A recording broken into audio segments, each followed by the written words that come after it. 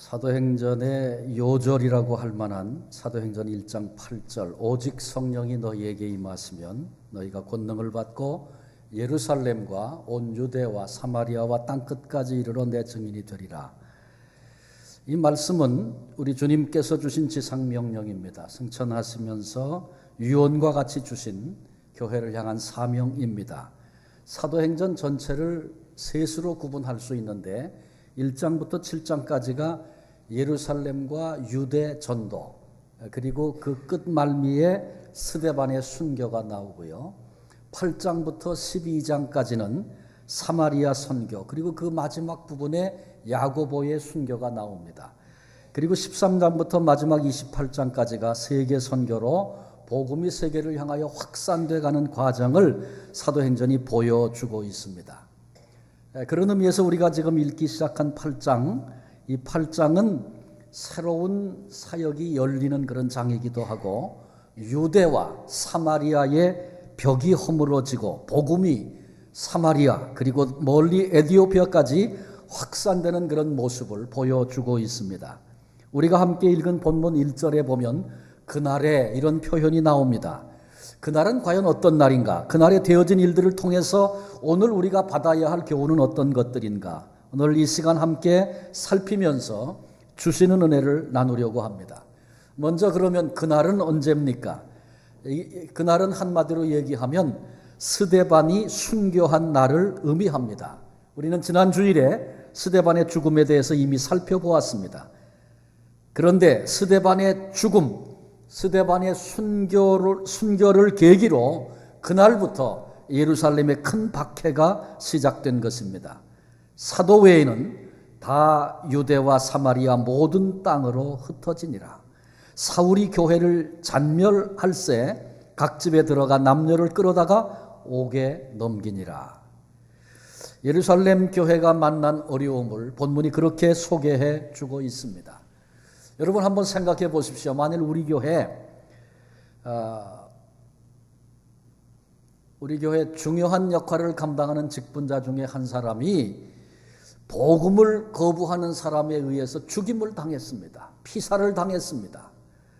그리고 교인들 가운데 적지 않은 수가 복음을 거부하는 사람들에 의해서 감옥에 갇혔습니다.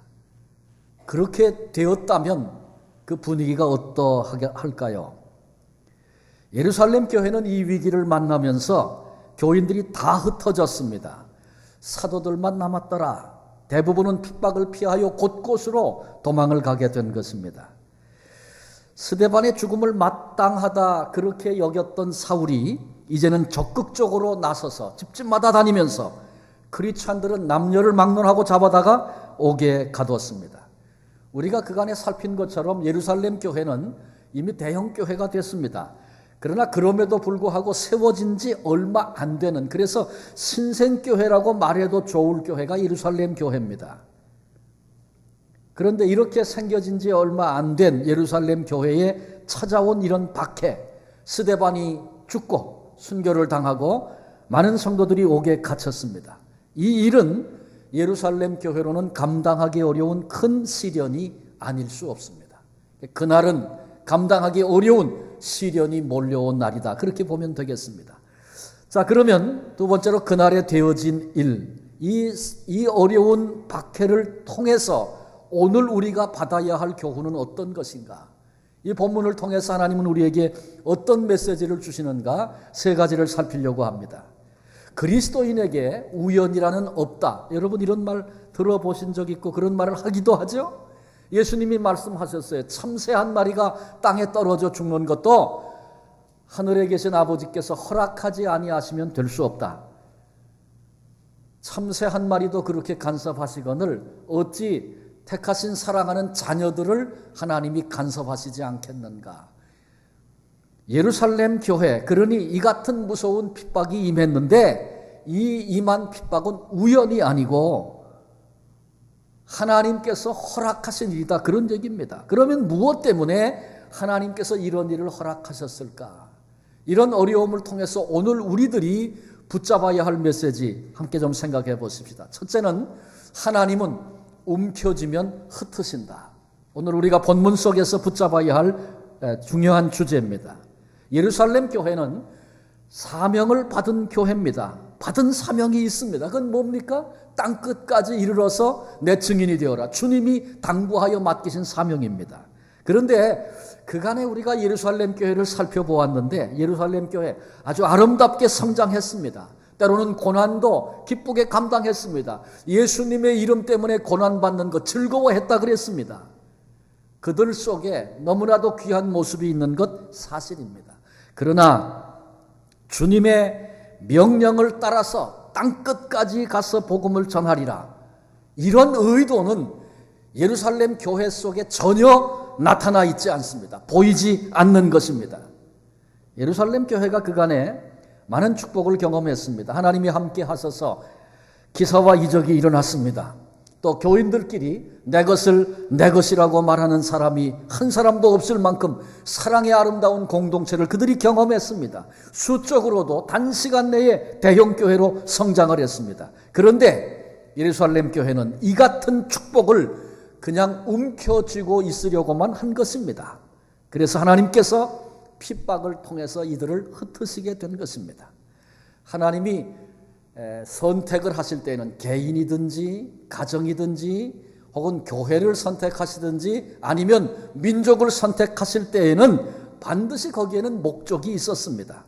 그런데 이 모든 선택에 대한 목적을 잘 보여주고 있는 말씀이 창세기 12장에 나오는 하나님이 아브라함을 불러내신 아브라함의 소명에 대한 이야기입니다. 아브라함을 통해서 선민을 이루시고 그들로 선민으로 삼으신 부르신 그 이유를 설명하실 때 열방이 너로 말미암아 복을 얻을 것이다. 너는 복의 근원이다. 하나님이 그렇게 말씀하십니다. 이것은 아브라함만 아니라 하나님께 부르심을 입은 모든 이들에게 해당되는 비전의 말씀입니다.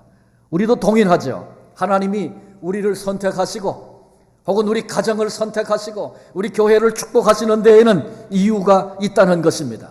우리로 하여금 복의 근원이 되어져서 우리에게 임한 하나님의 은혜와 축복을 내 주변 사람들에게, 내 이웃들에게, 지금 고통하고 신음하는 사람들에게, 아니 나아가 세계 열방들에게 흘려보내야 할 복의 근원이 우리를 불러내신 이유라는 것이죠.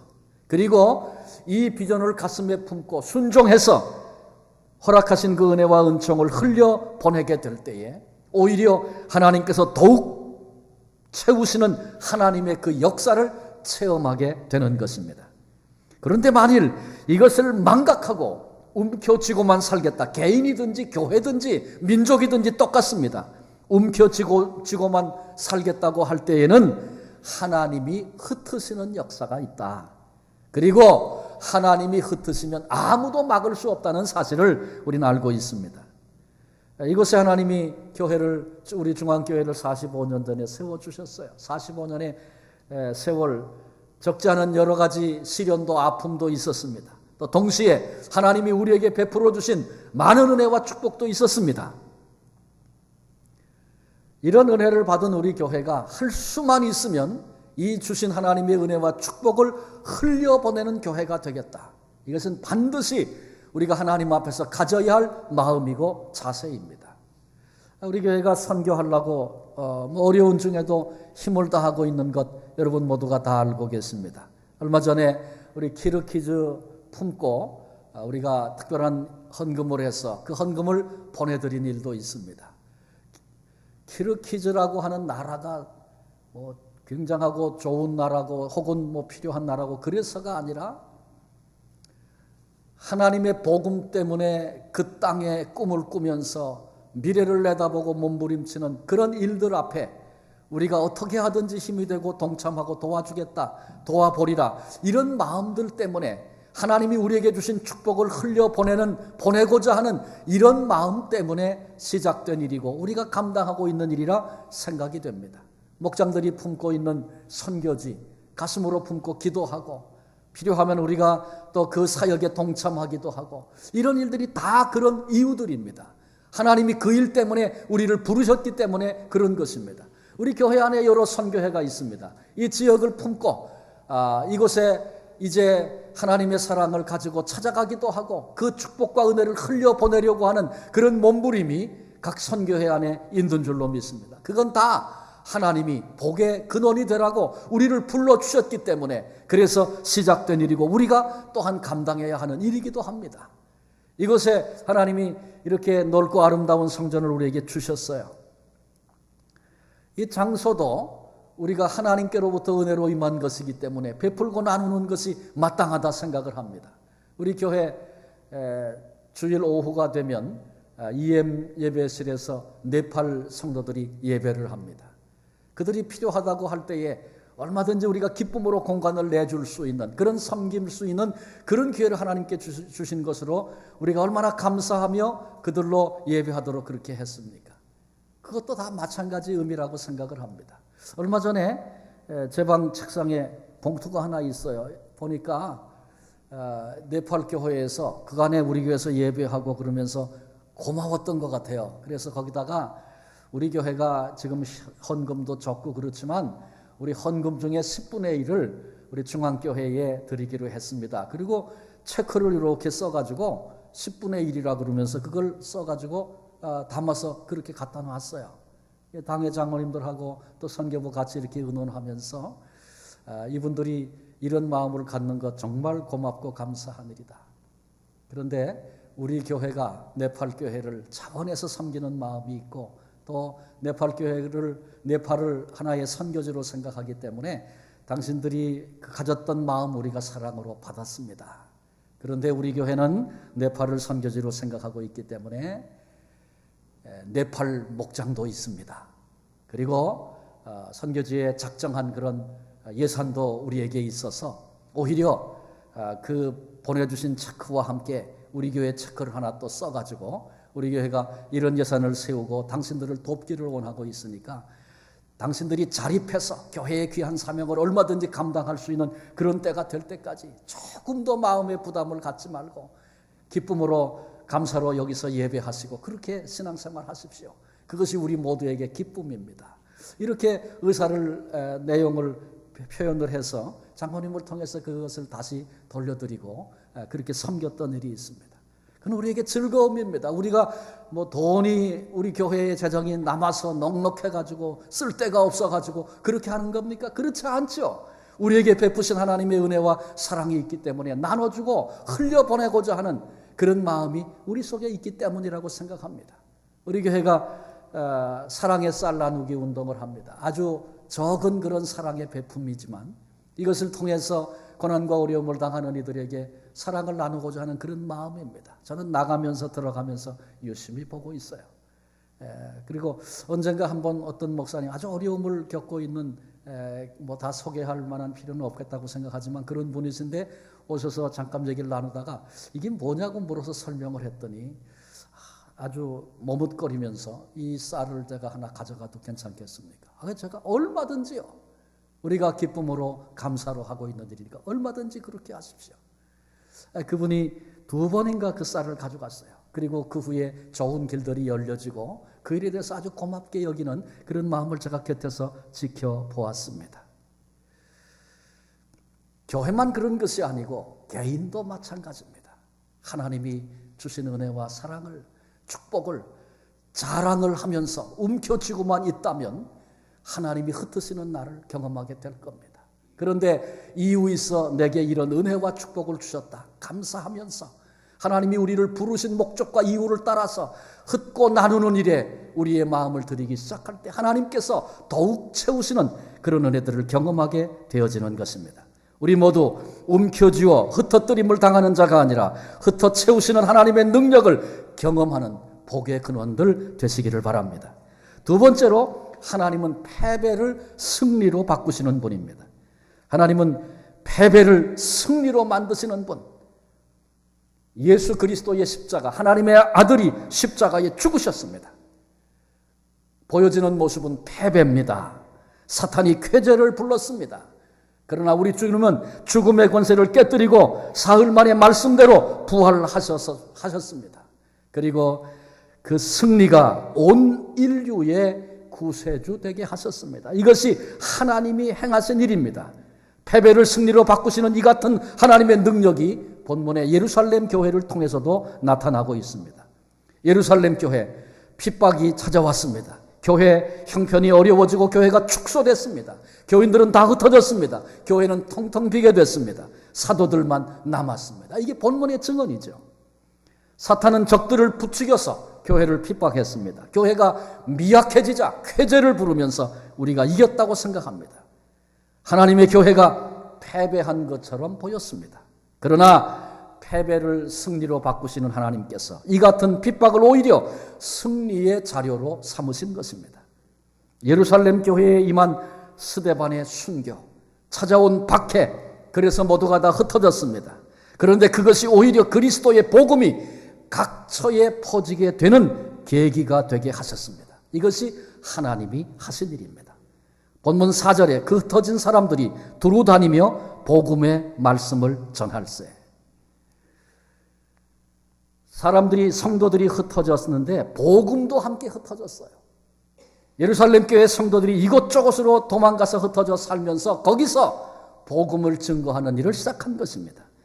하나님의 이 같은 역사는 개인의 삶에도 동일하게 나타납니다. 그러므로 예수 그리스도를 주님으로 모신 성도들은 어려움을 만나도 절망할 필요가 없습니다. 낙망할 이유가 없습니다. 오히려 낙관적이고 소망적인 그런 삶을 살아야 합니다. 왜냐하면 하나님이 실패를 성공으로, 패배를 승리로, 역경을 축복으로 만들어 주시기 때문에 그렇습니다. 사도 바울은 이 비밀을 알았습니다. 그래서 로마서 8장 23절에 우리가 알거니와 하나님을 사랑하는 자 곧 그 뜻대로 부르심을 입은 자들에게는 모든 것이 합력하여 선을 이루느니라 감격으로 외치고 있습니다. 우리 모두도 하나님의 능력을 믿어 역경을 이기고 오히려 역경 후에 찾아오는 승리를 기대하고 환난 후에 오는 기쁨을 기대하면서 패배를 승리로 바꾸시는 하나님의 그 역사를 경험하며 살 수 있는 복된 성도들이 되시기를 바랍니다. 마지막 세 번째는 하나님은 희생을 통해서 큰 일을 하신다라고 하는 것입니다. 우리 주님께서, 예수님께서 십자가에 죽기 이전에 주님은 이미 능력의 분이셨습니다. 주님이 만지실 때, 주님이 말씀하실 때 질병이 떠나갔고 귀신이 쫓겨났고 물로 포도주를 만들기도 하시고 오병이어의 역사를 행하기도 하시고 때로는 풍랑을 잔잔케 하심으로 자연의 법칙도 제어하시는 능력의 주님이심을 이미 벌써 보여주셨습니다. 그러나 궁극적으로 죽음의 권세를 깨뜨리고 사탄을 패배로 몰아넣는 죄를 정복하기 위해서는 십자가라고 하는 희생이 있어야만 했습니다. 하나님은 희생을 통해서 구원의 길을 우리 앞에 열어주신 것입니다. 예루살렘 교회, 흥왕하는 교회였습니다. 그러나 예루살렘 교회가, 예루살렘 성도들이 누리는 그 기쁨과 그 축복이 모든 사람들에게 열방에 퍼져나가기 위해서는 스데반의 순교, 스데반의 죽음, 예루살렘 교회가 만났던 핍박, 그들의 희생이 없이는 불가능한 일이었다. 그런 얘기입니다. 예수님께서 한 알의 밀알이 땅에 떨어져 죽지 아니하면 한 알 그대로 있다. 그러나 떨어져 썩으면 많은 열매를 맺느니라. 우리 주님이 그같이 말씀하셨습니다.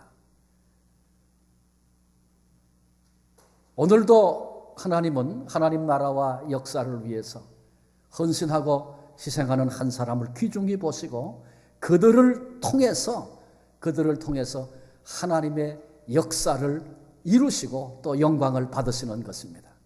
어제 새벽 기도 중에 제가 그런 얘기 했던 것 같아요. 신학교 다닐 때 70년대 초니까 오래전 얘기입니다. 신학교 다닐 때 그 교수님께서 한 분이 그때 그런 얘기를 하시는 말씀 제가 늘 잊지 않고 기억을 합니다. 그때는 한국교회가 놀랍게 부흥하고 세계교회가 깜짝 놀랄 그런 때였습니다.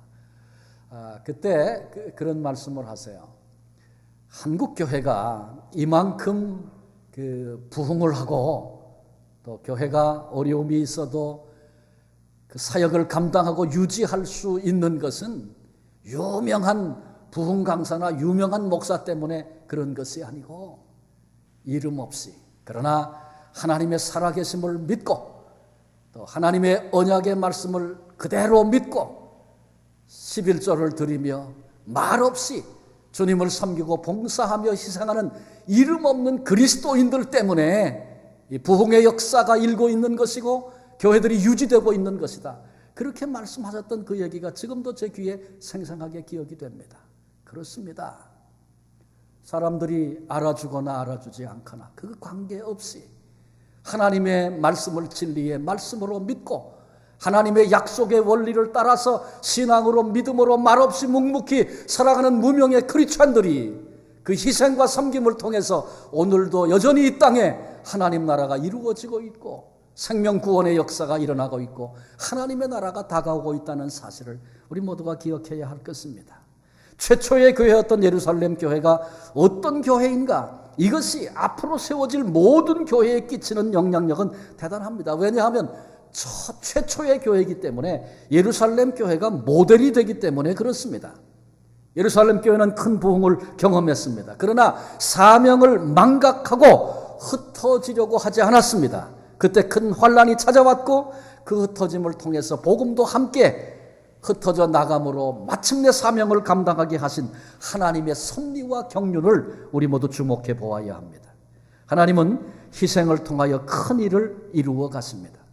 어쩌면 스데반의 죽음을 통해서 유대와 사마리아의 장벽이 무너지고 복음이 세계로 흘러가게 됐다. 그런 계기를 마련하게 됐다. 이런 중요한 이유들 우리가 함께 지금 말씀을 나눴어요. 그런데 그것 못지않은 아주 또 중요한 의미들 생각할 수 있습니다. 그것은 바로 사울의 회심입니다. 아마 기독교 역사상 예수님 빼놓고 특별히 초기 기독교의 교리를 세우고 기초를 쌓는 일에 가장 큰 공헌을 한 사람은 사도 바울이다. 이 말에 이견을 제기할 사람은 아무도 없는 줄로 압니다. 이 바울이 예수님을 믿기 전에 사울이었던 사람입니다. 이 사람은 기독교를 이단으로 여기고 핍박했던 사람이죠. 바로 앞장 마지막 절 58절에 성 밖으로 내치고 돌로 칠세 증인들이 옷을 벗어 사울이라 하는 청년의 발 앞에 두니라. 그러니까 스데반을 죽였을 때에 그때 사울이 그 현장에서 그것을 보고 들었다. 그런 얘기입니다. 8장 1절에 사울은 그가 죽임당함을 마땅히 여기더라. 그렇게 말씀했고요. 3절에 보니까 사울이 교회를 잔멸할세 각 집에 들어가 남녀를 끌어다가 옥에 넘기니라. 사울의 성격은 아주 극단적이고 대단히 적극적인 사람입니다.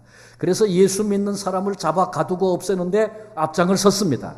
그러다가 예루살렘에 있던 크리스찬들이 다메섹에도 모여있다. 그런 얘기를 들었습니다.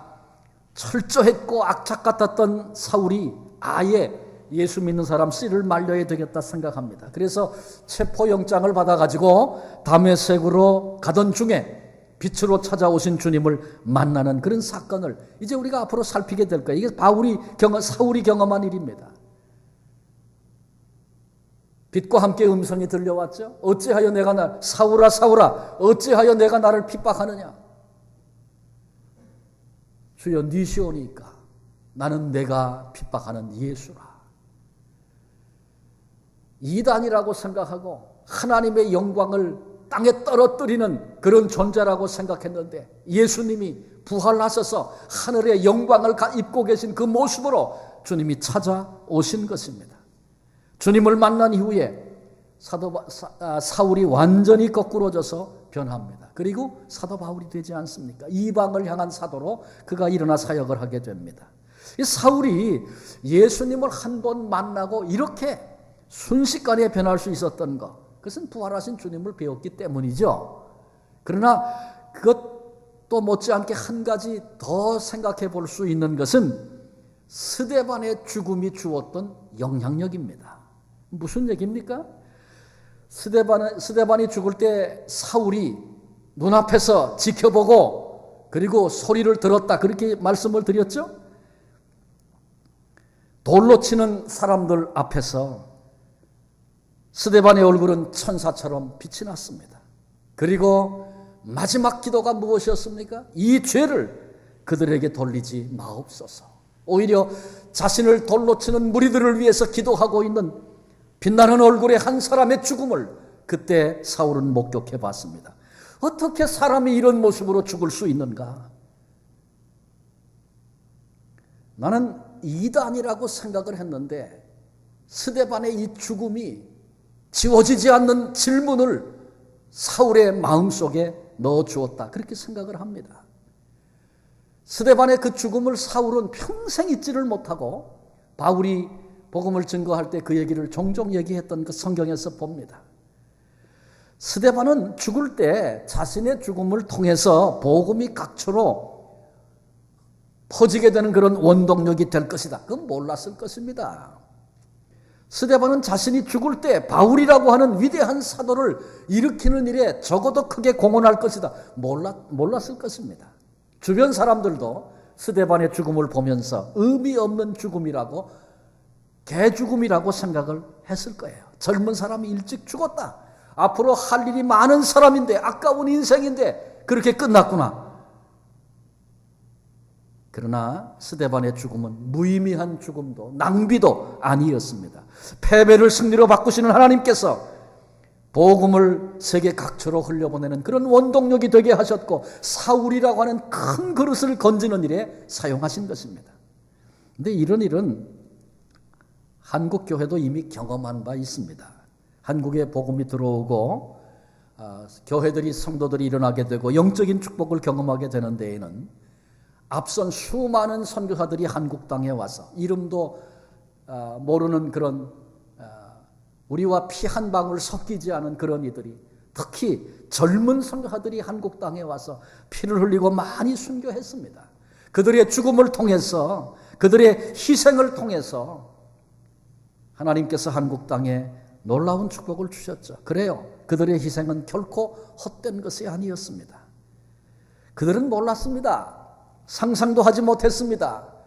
불과 100년 안쪽에 한국 땅에, 조선 땅에 얼마나 엄청난 일들이 벌어질 것에 대해서, 복음을 통해서 일어나게 될 그 놀라운 일들에 대해서 전혀 알지 못했습니다. 그리고 꽃도 피워보지 못한 그런 모습으로 희생하고 그렇게 생명을, 피를 쏟아 한국 땅에 쏟아 부었던 그런 사람들의 희생들이 있었습니다.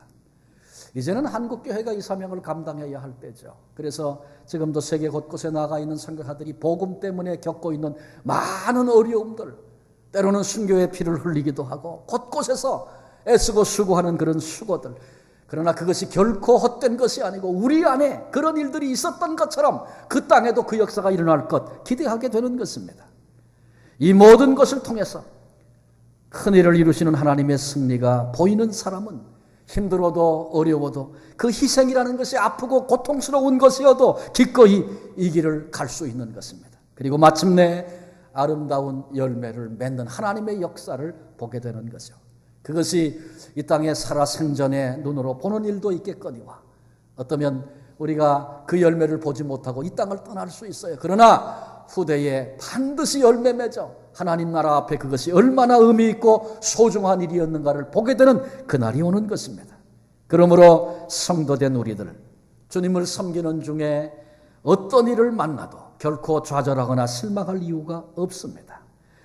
하나님은 우리의 실망을 기쁨으로, 우리의 실패를 성공으로 바꾸시는 분이시기 때문에 그렇습니다. 이름 없는 한 사람의 희생을 무가치하다고 하나님은 여기지 아니하시고 그 희생 하나하나를 소중히 귀중히 보시고 그것을 통해서 큰 일을 이루어 나가시는 분이시기 때문에 그렇습니다. 좌절을 통해 세기를 내시고 역경을 축복으로 바꾸시는 하나님의 능력과 하나님의 은혜를 믿고 소망 중에 기뻐하는 성도들이 되시기를 바랍니다.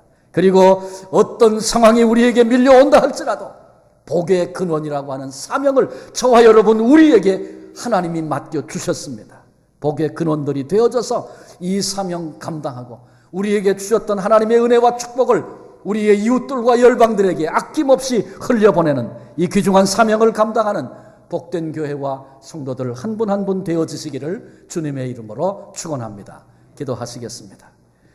주님 감사합니다. 이유 있어서 하나님이 우리를 불러 뽑으시고 여기 세워주셨음을 말씀 안에서 다시 확인합니다. 오늘 어떤 형편 중에 있든지 복의 근원, 복의 통로로 우리를 부르신 분이 하나님이시기에 이 거룩한 꿈을 꾸며 오늘 이 땅에서 기꺼이 헌신하고 희생할 수 있는 아름다운 삶들이 우리 가운데 있게 하소서. 작은 우리들이지만, 보잘것없는 우리들이지만 우리들을 통해서 이루고자 하시는 하나님의 큰 일들, 큰 역사 한 모퉁이 담당해내는 교회 되게 하시고 성도 되게 하여 주옵소서. 예루살렘 교회에 임했던 순교와 핍박을 통해서 오히려 위대한 하나님의 역사가 나타나고 패배를 승리로 바꾸시는 하나님을 보게 하시니 감사드립니다. 우리가 이 사명 망각하고 잊어버리고 움켜쥐고만 있으면 하나님 흩으신다고 하셨는데, 하나님 복의 근원이, 복의 통로가 우리에게 비전되어져서 남은 생애 동안에 힘을 다하여 우리 교회가, 성도들이 세상과 열방을 향하여 귀한 사명 감당하며 복의 통로로 쓰임받는 그런 일들이 있게 하여 주옵소서. 오늘 어려운 형편 중에 고난 속에 아픔 가운데 있는 이들이 있습니까? 고난을 통해서 승리를 이루시는 하나님의 역사를, 희생을 통해서 놀라운 열매를, 큰 일을 감당하게 하시는 하나님의 손길을 바라보면서 절망하지 않고 오히려 믿음으로 일어서서 주를 기대하는 하나님의 사람들 다 되게 하여 주옵소서. 우리를 이 은총의 복된 자리에 불러주신 예수 그리스도의 이름으로 감사하며 기도하옵나이다. 아멘.